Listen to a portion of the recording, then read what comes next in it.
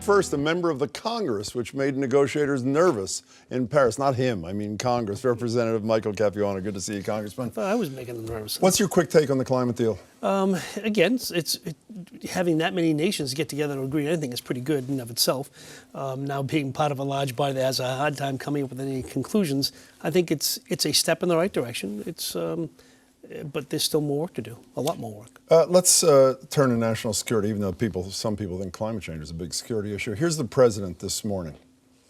We are hitting ISIL harder than ever. Coalition aircraft, our fighters, bombers, and drones have been increasing the pace of airstrikes, nearly 9,000 as of today. Last month in November, we dropped more bombs on ISIL targets than any other month since this campaign started. We're also taking out ISIL leaders, commanders, and killers one by one. You don't think it's enough, do you? You think ground troops are needed to really take out ISIL, or ISIS, whatever you want to call it? I think that you will never take out any opponent with simply air power. But again, I think the president should come to Congress. He has himself done it, but I think Congress should actually act in giving him the authority to do it. I think that right now our actions are not within the authority that's granted. Would you vote to commit ground troops if there was a resolution before you? Not without knowing what the goal is. I mean, I think in this case ground troops might be necessary, but I want to know what victory looks like. I don't want to get into another Iraq where victory, the goalposts keep moving. If the goal is to simply take out ISIL, I might. But if the goal is then to take out ISIL and then rebuild a wonderful society behind us, that's an unachievable It was the former situation, but the reality was it was primarily the U.S. with some bit players on the side. You could still see yourself voting yes? I don't know yet. I'd have to see a lot more, but I mean, I never say never. Let's take a look at another security issue, the visa waiver program, which most of us didn't know about till a few weeks ago. 38 countries. You can come here if you're from one of the 38 without a visa. You voted last week to make it harder for it to happen if you've been to Iran, Iraq, Syria, or Sudan within a reasonable time period.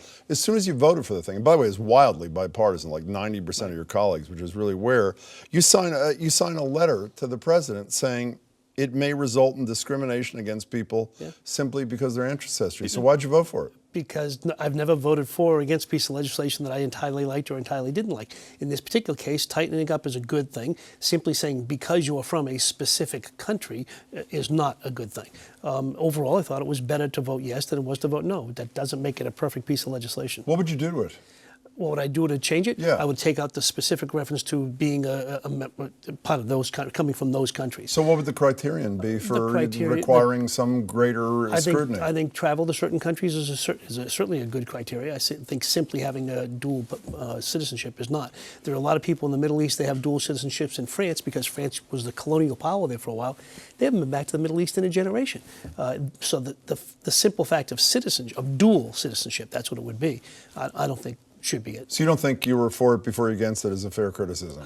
Well, anybody can criticize anything. I mean, if they think that any legislation is perfect and they have no changes to it, good luck to them. Let's talk about one other, I think, bipartisan thing. You're on the Transportation Committee, actually sat on the conference committee that came up with the bill. The good news is long-term extension. The bad news is not enough money. Is that a fair? Very good. So let's talk about something near and dear to your heart, the Green Line extension. I think an embarrassment is a fair and objective description. $1 billion over budget. I think I've spoken to you since then. I'm not sure. I think $1 billion over budget. Then we learned a few months later, a month ago, no budget at all, actually. Virtually no plan. Right. The governor then says, let's get rid of a lot of these outside contractors.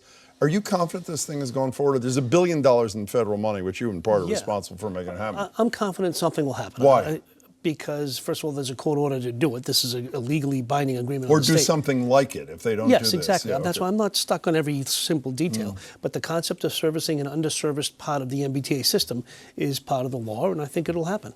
Have you spoken to Governor Baker since he fired the contractors? No, not in the last week or so. So why do you assume that's not the beginning of the end as opposed to a new beginning? I've spoken to him before that. I've spoken to Secretary of Transportation and several other people involved. I mean, I make no guarantees, but I believe that they want to build the Green Line extension. It just may not be the exact one that has been put on the drawing boards up until now. If you were stopped in your district in Boston or Somerville and someone said to you, hey, Mike, this is like the big dig. It's over $1 billion over budget to begin with. Then we find out they have no idea what they are doing. Why is that not an apt comparison? I didn't say it wasn't. I think that. Oh, I thought you were shaking your head. No, like, I think that like the Big Dig was a worthwhile project. Did it get out of hand? Yes. But let's not forget the Big Dig also added the Ted Williams Tunnel, which wasn't part of the original Big Dig, which is about 50% of the cost. This is the same thing. It doesn't make the project not worthy. It means the project, I have no problem with the state taking a breather, taking a step back, regrouping, and then moving forward. I think that's perfectly they fine. eliminate a station or two. Would you be okay with that to save money?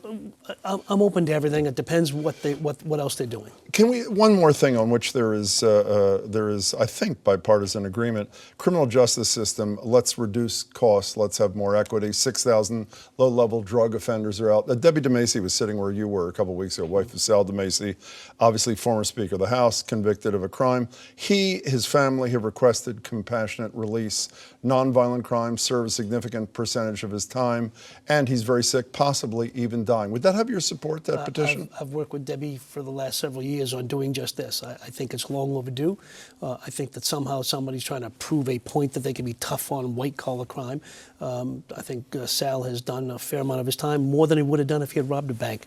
And I think the compassionate release is overdue. Isn't the Bureau of Prisons like a rogue agency? It far as seems to I'm me concerned, it the is. judge in this case basically says, Mark Wolf, who gave him a Yes. stiff sentence, said, That's right. put him in Fort Devens near his family. They send him Absolutely. down south. So Yeah. why don't you guys reclaim some control over Part this of the thing? problem with the BOP is because once you do something, you might inadvertently hurt the very people that they are incarcerating, and that's not what I want to do. I don't want to cut back on daily rations. So it's a hard way to figure out how to get control of the agency. And now, to be perfectly honest, I'm actually looking for ways to do just that. And again, not because we disagree, but because even the inquiries I've made on this case and other cases, they're always so rude in their response. They're always so demeaning in their response. And my job is to help advocate for my constituents.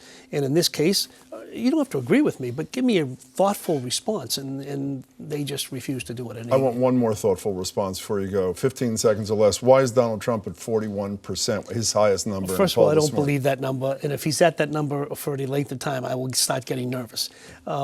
Look, he's entertaining. I'm looking forward to the next debate. I'm going to watch it just on the What does hopes it that- say about America? That I mean, even if It he's doesn't somewhere say near. anything about America. It says something about a certain segment of America, which I think has always been there. What's it saying? We all like WWF. We all like cage fighting. We all like not all, but a big portion of America likes that stuff. And that's what he's doing. And he is saying some things that are on the minds of many people. Racism driving part of that number? I think part of it, but I'm not so. That's a tough term to use. Racism implies, in my opinion, an intentional thing. I'd like to hope it's not intentional, and I certainly don't think it's intentional amongst some of his supporters. But I think the result is that way. Mike Capuano, it's good to see you. Always a Congressman. pleasure, Jim. Thanks so much.